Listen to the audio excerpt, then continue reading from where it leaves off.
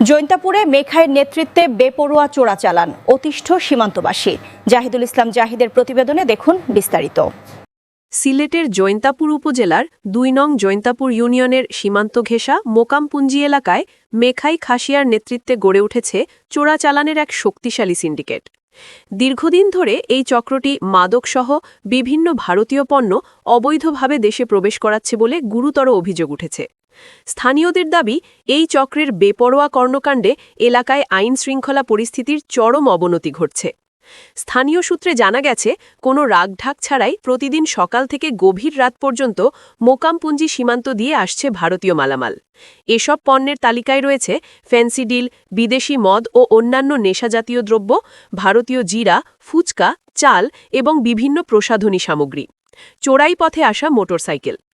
নাম প্রকাশে অনিচ্ছুক কয়েকজন বাসিন্দা ক্ষোভ প্রকাশ করে বলেন, পাহাড়ি পথ ও নৌপথ ব্যবহার করে এসব অবৈধ মালামাল দেশের অভ্যন্তরে ছড়িয়ে দেওয়া হচ্ছে।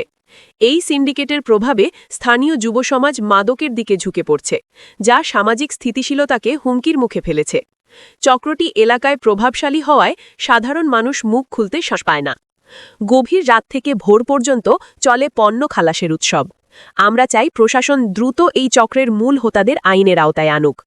প্রশাসনের বক্তব্য, এ বিষয়ে সচেতন মহল সীমান্ত এলাকায় নজরদারি বৃদ্ধির দাবি জানিয়েছেন। চোরাচালান প্রতিরোধে নিয়মিত অভিযান না হলে পরিস্থিতি আরও ভয়াবহ হওয়ার আশঙ্কা করছেন তারা। অন্যদিকে প্রশাসনের সংশ্লিষ্ট পক্ষ থেকে জানানো হয়েছে, তারা চোরাচালান দমনে অত্যন্ত কঠোর অবস্থানে রয়েছেন। সীমান্ত সুরক্ষা এবং অবৈধ অনুপ্রবেশ ঠেকাতে নিয়মিত টহল ও তদারকি অব্যাহত রয়েছে বলে তাদের দাবি।